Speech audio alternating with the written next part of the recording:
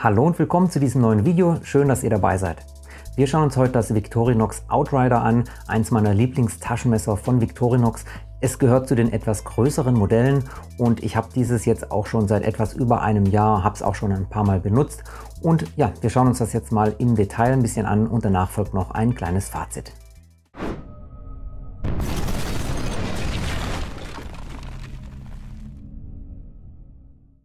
Das Victorinox Outrider. Übersetzt heißt das ja Vorreiter, also es steht für Begleitschutz. Auch mal interessant, wie man auf den Namen gekommen ist.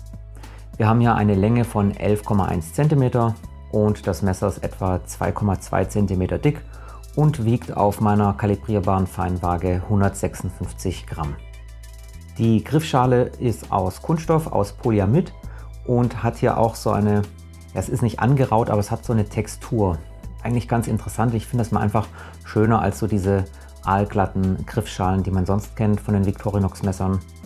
Und auch hier diese Ausnehmungen, das sieht mir recht ergonomisch aus. Auch dass die Kanten abgerundet sind, also es lässt sich ziemlich gut halten und beim Arbeiten ist es dann auch entsprechend angenehm in der Hand. Schauen wir uns jetzt mal die Werkzeuge des Outriders an. Da haben wir 14 Stück mit an Bord und wir beginnen natürlich mit der Klinge. Wir haben ja eine klassische Drop-Point-Klinge im Plain Edge Flachschliff mit einer Länge von 8 cm, also schon ein Stückchen größer als das normalerweise bei Taschenmessern der Fall ist und als Stahl hier wie bei Victorinox üblich das 1,4110. Das Messer hat natürlich eine Slipjoint-Feder verbaut, aber wir haben hier auch Liner Lock und zwar einmal eine Arretierung für die Klinge und dann auch nochmal für den Schraubendreher, das zeige ich euch gleich. Das heißt Liner Lock, ihr müsst dann zum Entriegeln der Klinge hier das reindrücken und dann könnt ihr die Klinge auch wieder einfahren. Wir haben ja außerdem ein 90 Grad Sicherheitsstopp, das macht ja auch durchaus Sinn. Dann schauen wir uns jetzt mal die anderen Werkzeuge an.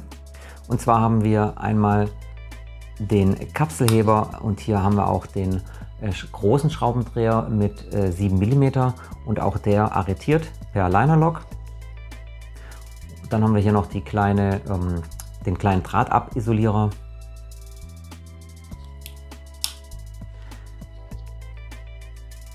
Hier haben wir dann den Dosenöffner und den kleinen Schraubendreher mit 3 mm. Eine recht lange und auch scharfe Säge, die funktioniert gut, die habe ich schon im Wald ausprobiert. Dann haben wir die Stechreibahle, also keine Stechbohrahle, sondern eine Stechreibahle. Ich könnte mir sogar vorstellen, dass man damit Feuerstahl bedienen kann. Dann haben wir einen Schere, natürlich nicht, sondern einen Schraubendreher, einen Philips Schraubendreher.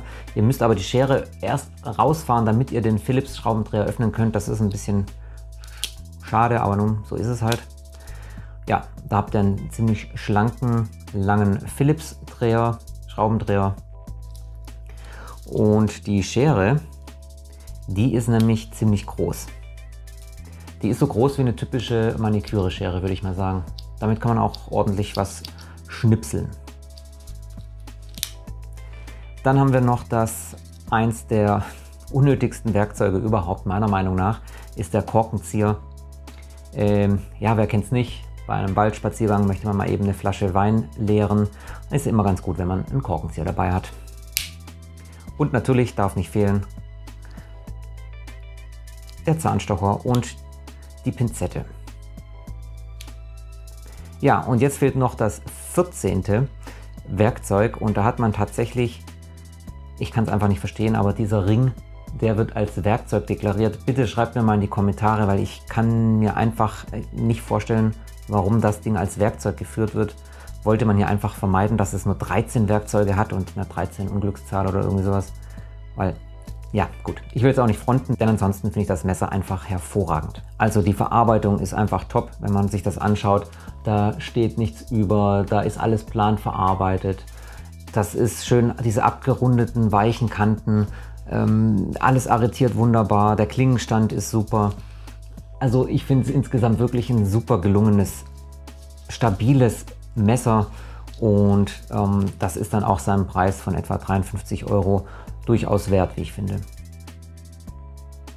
Ich kann auch ein bisschen Zubehör für das Outrider empfehlen, nämlich im Lieferumfang befindet sich leider kein Etui, das heißt, man muss da selber sich was kaufen noch. Ich habe mir das Böker Cordura Etui in groß geholt und das passt genau für das Outrider, also das passt da wirklich exakt rein und finde ich eine coole Sache, lässt sich auch am Gürtel hier horizontal und vertikal anbringen. Dann gibt es diese Kordeln, die kann man hier am Ring befestigen. Das finde ich ganz praktisch, damit man das Taschenmesser einfach besser aus der Hosentasche oder eben auch aus dem Etui ziehen kann. Und dann gibt es noch dieses Mini-Tool, diese Mini-Schraubendreher. Da gibt es mittlerweile auch verschiedene Arten. Ich habe immer hier diesen Mini-Schlitz für ja, Brillengestelle und solche Sachen. Und das lässt sich dann hier einfach in den Korkenzieher eindrehen und dann hat man dieses Mini-Tool einfach immer dabei. Und damit hat der Korkenzieher dann auch wieder eine wirkliche Funktion. No front. So, als letztes machen wir noch einen kleinen Schnitttest. Wir fangen mal an mit Papier und wie gesagt, das Messer habe ich ja jetzt schon seit über einem Jahr im Besitz und habe es natürlich auch schon ein paar Mal benutzt, habe es aber noch nicht nachgeschliffen. Also es ist nicht mehr die Originalschärfe, aber ich glaube, es ist dennoch immer noch recht scharf.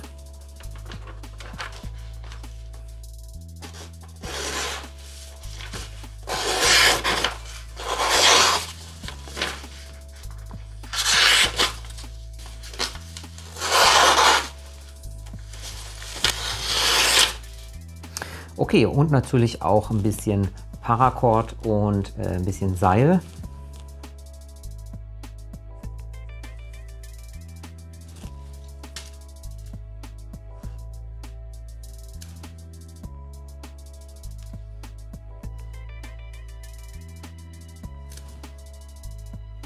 Ich sehe schon, das ist überhaupt gar kein Problem. Kann man 10-fach legen. Nee, so viel Seil habe ich jetzt leider nicht. So viel Paracord habe ich jetzt leider nicht.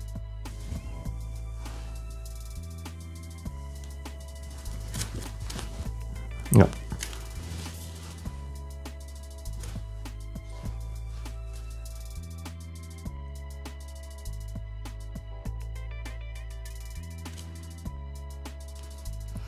Und dicke Kartonage haben wir auch noch. So richtige Transportkarton.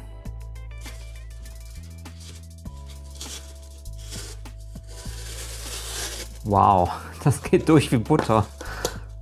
Wow, okay. Gut, dann wären wir an dieser Stelle fertig und es folgt noch ein kurzes Fazit. Mein persönliches Fazit zum Outrider von Victorinox. Eins meiner Lieblingstaschenmesser hatte ich ja schon erwähnt. Es ist einfach hervorragend verarbeitet und ist auch stabil. Die Griffschalen mit dieser leichten Texturierung und den abgeschrägten Kanten, das gefällt mir extrem gut, lässt sich einfach super in der Hand halten. Und das Messer hat auch eine große, im Verhältnis zu anderen Taschenmessern, eine große Klinge, die auch sehr scharf ist. Und durch die Arretierung hier, durch die Liner-Lock-Arretierung, eignet sich das Messer auch für, ich sag mal, gröbere Arbeiten. Es ist natürlich kein Bushcrafting Knife, ganz klar, aber als Taschenmesser ist das ja schon eins, mit dem man auch ein bisschen ja, was arbeiten kann, wirklich. Wenn euch dieses Video gefallen hat, dann gebt gerne einen Daumen nach oben, abonniert den Kanal, um keine weiteren Videos von mir zu verpassen und schreibt mir auch bitte mal gerne in die Kommentare, welches euer Lieblings-Victorinox Taschenmesser ist. Das war's an dieser Stelle, macht's gut, bis zum nächsten Mal, ciao, ciao.